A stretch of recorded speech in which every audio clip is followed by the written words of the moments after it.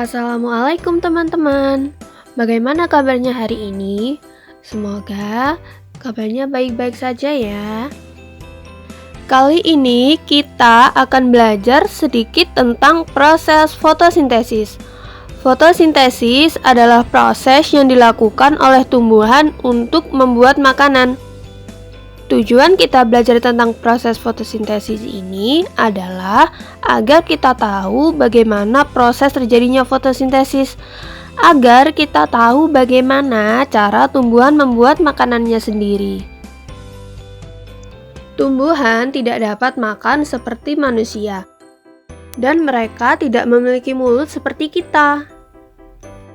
Mereka dapat membuat makanannya sendiri dan menggunakannya langsung sebagai energi untuk proses pertumbuhan. Lalu, bagaimana proses fotosintesis terjadi? Mari kita lihat proses ini pada sebuah pohon. Akar pohon akan menyerap air dan mineral dari dalam tanah. Air tersebut akan dibawa ke batang, ke ranting, dan menuju ke daun. Karbon dioksida dari udara luar akan masuk ke dalam daun melewati stomata atau mulut daun. Di dalam daun ada organ khusus yang sangat penting dalam proses fotosintesis, yaitu klorofil. Klorofil adalah mesin khusus milik tumbuhan yang dapat menangkap energi dari cahaya matahari. Fotosintesis akan terjadi dalam dua reaksi, yaitu reaksi terang dan reaksi gelap. Pada reaksi terang, tumbuhan akan menggunakan cahaya matahari yang telah ditangkap oleh klorofil sebagai energi untuk mengolah air dan karbon dioksida. Hasil dari reaksi terang adalah ATP, NADPH2, dan oksigen.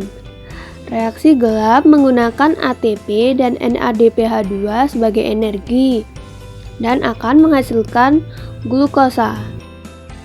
Jadi, hasil dari proses fotosintesis adalah glukosa dan oksigen. Selanjutnya, glukosa akan digunakan oleh tumbuhan sebagai energi dalam proses pertumbuhan atau dapat disimpan dalam bentuk karbohidrat. Sedangkan oksigen akan dilepaskan ke udara luar, sehingga dapat digunakan oleh makhluk hidup lain untuk bernafas. Adapun reaksi kimia fotosintesis yaitu 6H2O plus 6CO2 menjadi C6H12O6 plus 6O2. Faktor lingkungan yang mempengaruhi fotosintesis yaitu konsentrasi karbon dioksida. Bahan fotosintesis akan semakin banyak jika karbon dioksida semakin banyak. Intensitas cahaya. Ketika intensitas cahaya semakin banyak, maka laju fotosintesis akan tinggi. Kadar air. Kekurangan air akan menyebabkan tertutupnya stomata, sehingga penyerapan karbon dioksida menjadi berkurang dan akan mempengaruhi proses fotosintesis. Suhu. Suhu yang optimal diperlukan untuk mengaktifkan enzim-enzim dalam proses fotosintesis. Tahap pertumbuhan. Tumbuhan yang baru tumbuh butuh lebih banyak energi daripada tumbuhan yang lebih dewasa. Kadar fotosintat. Laju proses fotosintesis akan naik jika kadar fotosintat rendah.